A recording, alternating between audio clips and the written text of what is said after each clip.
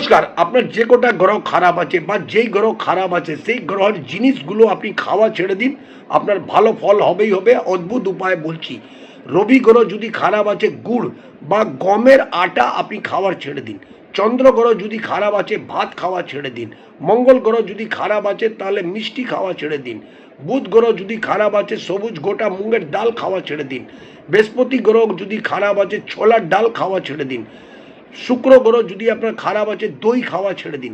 শনি গ্রহ যদি আপনার খারাপ আছে, মাছ মাংস ডিম এবং কালো বিউলির ডাল খাওয়া ছেড়ে দিন।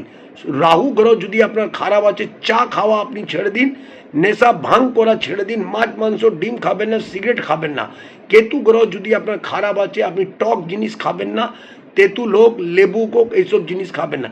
এই সব গ্রহের এই কটা জিনিস যদি আপনি না খান, তাহলে গ্রহগুলো আপনার ভালো ফল দিতে শুরু করবে। এই সিম্পল উপায়গুলো করে দেখুন, লাভবান হবেনই হবেন।